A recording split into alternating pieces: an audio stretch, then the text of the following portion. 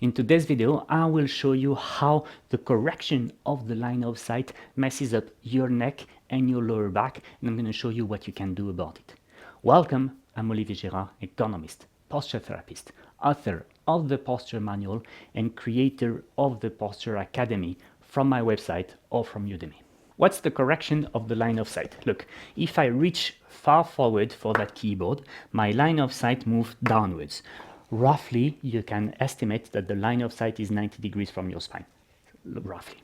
So my line of sight is here, but that's not where my screen is, so correcting the line of sight is doing this.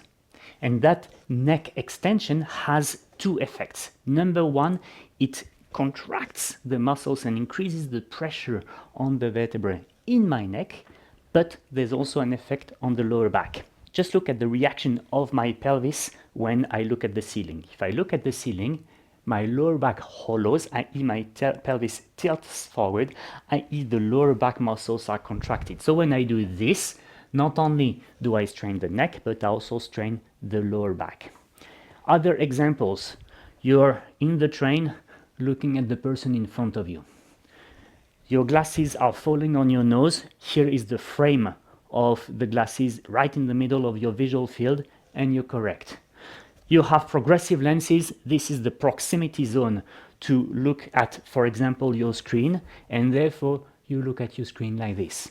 Other example with this cleaning lady. And these are all examples in terms of neck extension, but actually we also have the correction of the line of sight in another context. Look, here I'm reclining on my chair and I have a headrest. So you could say that guy is relaxed. Yeah, but that guy has his line of sight here, and therefore if I want to work on my screen, I will have to correct the line of sight. And this time that correction of the line of sight is not extension, it's a combo between flexion, which can be problematic if the flexion is more than 20 degrees, and forward head posture, which is always problematic. So what's the skill you need to learn? The skill you need to learn is visualize your spine, visualize a line 90 degrees from your spine, and understand if that is your visual target or not. If not, the correction should not happen here in the lower cervical spine by flexing, or here in the upper cervical spine by extending. It should happen here, so that you reorient your spine and you stabilize it in its new position. So I'll give you an example. That posture which many of you take.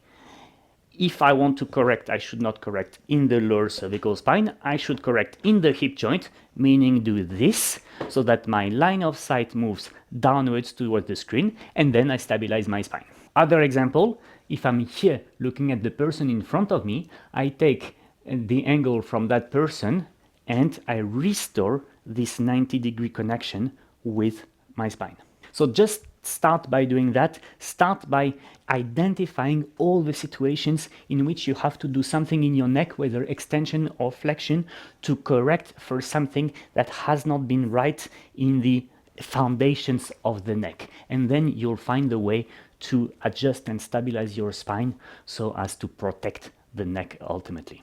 Basically, to take a last metaphor, it's this idea of, if you see that the roof of your house is getting damaged, well, don't start by fixing the roof, start by checking the foundations and the walls of the house. Because if you change the roof on shaky foundations, well, you change the roof every 2 years.